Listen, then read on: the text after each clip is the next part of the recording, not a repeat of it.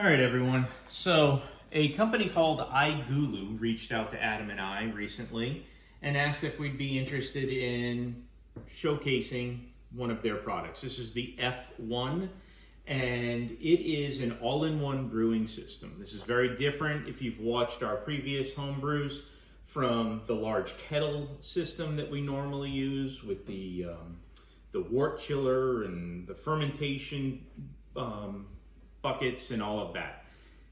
It's going to be closer to the pinter that we've also done, but this is very different from the pinter as well. And as you saw from the intro here at the very beginning, the RFID is going to come into place, and we'll talk about that in a little bit. But first of all, this is the system. It's the F1. There's also the S1. It's a smaller system and doesn't have a digital screen. You're not seeing any of the digital part on this right now because I don't have it plugged in yet. What we're going to work on first is building our wort. And we'll do that very quickly. You'll see how easy it is. And then I'm going to move this device over to another location where there's an outlet. We'll plug it in and showcase the display screen, the RFID, and everything else. So we are going to use their amber kit. They sent us an amber, a pale ale, and a hefeweizen, which I'm very excited to try all three.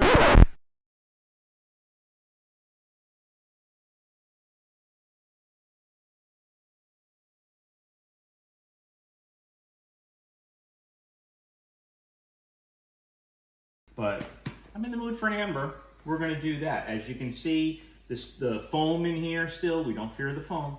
That's just Star San. We've sanitized everything, even the scissors over here that I may need to use in a little bit. Everything has been sanitized, so we are going to give this the best possible experience that we can here.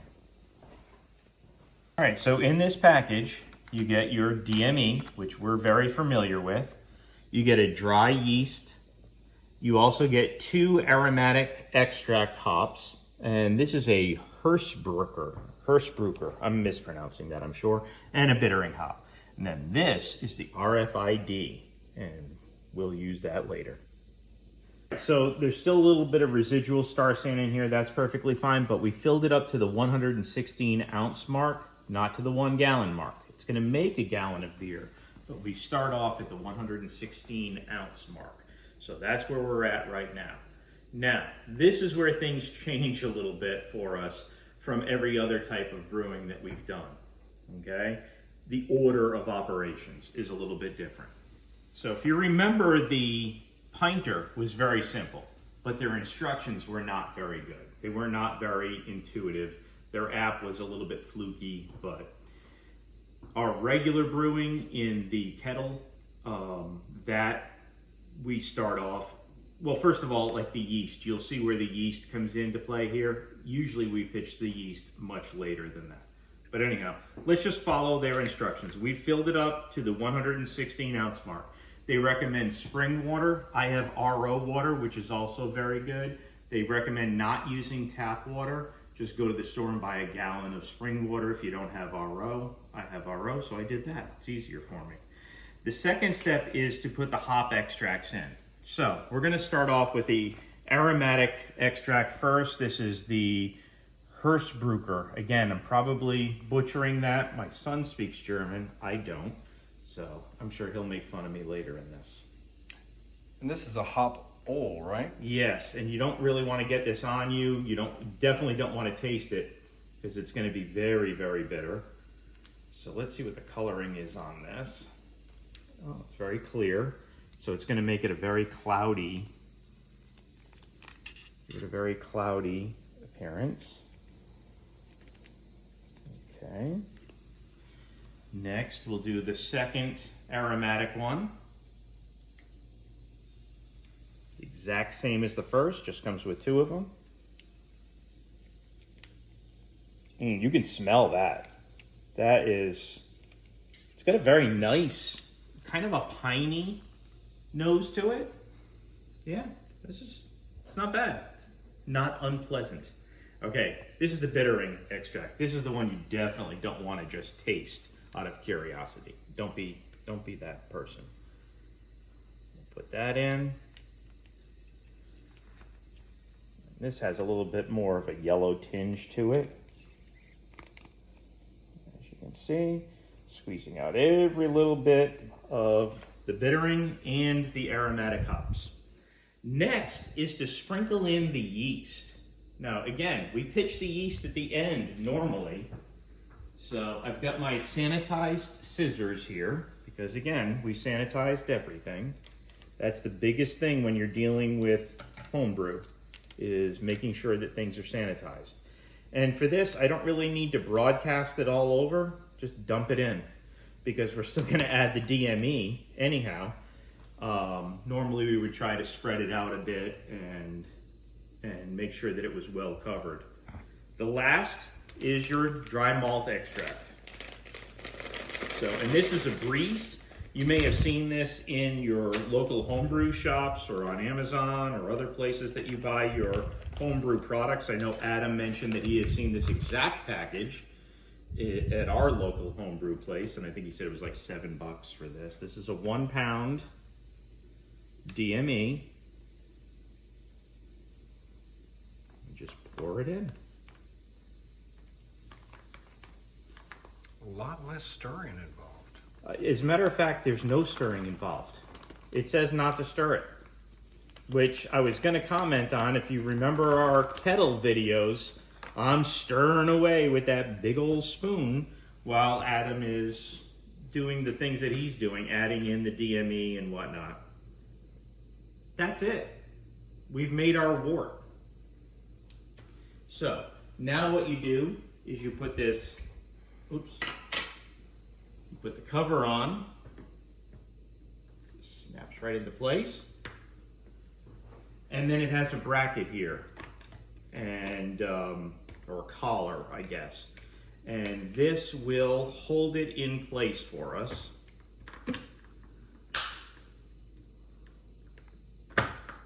There you go. You tighten it. And you notice it's got a little bit of wiggle room. Why is that? Because this is a pressure fermentation system. Pressure is going to build in here. If I were to check this later, there's not going to be any wiggle room. That's all I have to do. Except I forgot to put one thing in here. Hold on. I gotta take this cap back out. And this isn't on iGulu, this is on me. It'd be nice if I want to actually get beer out of here. I need to have this in here in order to get it out. All right, so put it back in. I'm glad I noticed that when I did. Put this back on.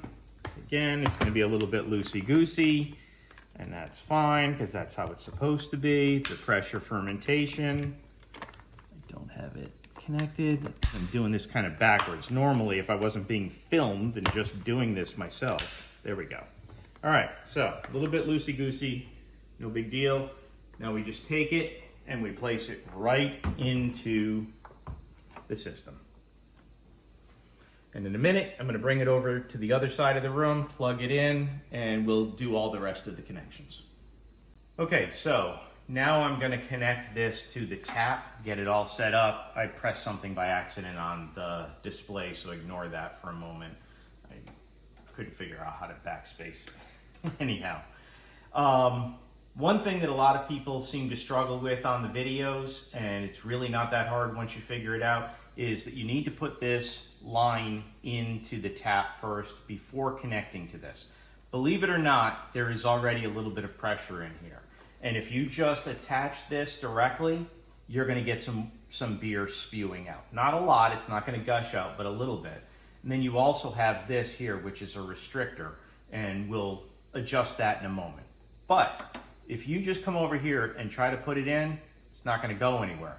You have to push the tap all the way forward, and then you can put this in, and it will stop on its own once it gets to where it needs to be, which is basically that orange line. Release that, and then you can snap that into place. Very easy. We'll put this little restrictor on here, like so. Keeps it all in the system, and then this is just a magnet. That's all that is. It's a nice little magnet cover. Sits right into place. That's all you have to do. It also has this, which is for the air pump, and you connect this as well right there. Neat. All right, so now the only thing that I have left is to take this RFID chip, and when I place it over here, it should recognize immediately. And it does. It says, hey, you're trying to brew an amber lager. I click next. It says that it is going to ferment for 12 days at 53 degrees Fahrenheit and 3 days at 35 degrees Fahrenheit. Press brew, and there it is. It changes color to let you know what stage it's in, and that's all in the instructions. It tells us right now that this is getting to 73 degrees Fahrenheit. It's got 15 days, and the PSI will be 0.52. It's a very, very light humming sound.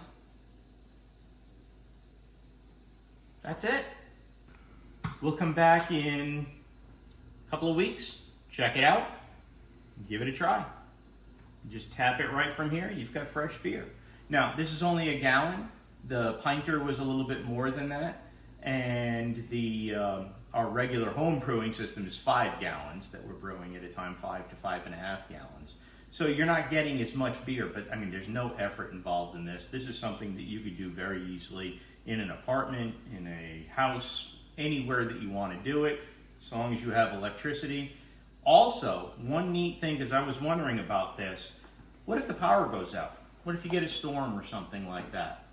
This remembers what stage it's at, and when power is restored, it asks you if you want to resume from that point. That's pretty cool. Hopefully we don't have to do that. All right, see you in a couple of weeks. One more thing, kind of like Steve Jobs. I forgot to mention here before that this does a lot more than just beer. Now in this case, they sent us 3 packets, pale ale, this amber lager, and a Hefeweizen. They're also coming out, I've seen recently, with a stout and a few others, but this also does wine, kombucha, sparkling water, White Claws if you're into that kind of thing. There's a lot that you can do with this. Go to iGulu.com and check it out for yourself if you want to see what else this thing is capable of. I'll put a link down in the description. I don't know if I get anything out of that or not, or if you get a discount. Hopefully you do, but we'll see. All right, 2 weeks.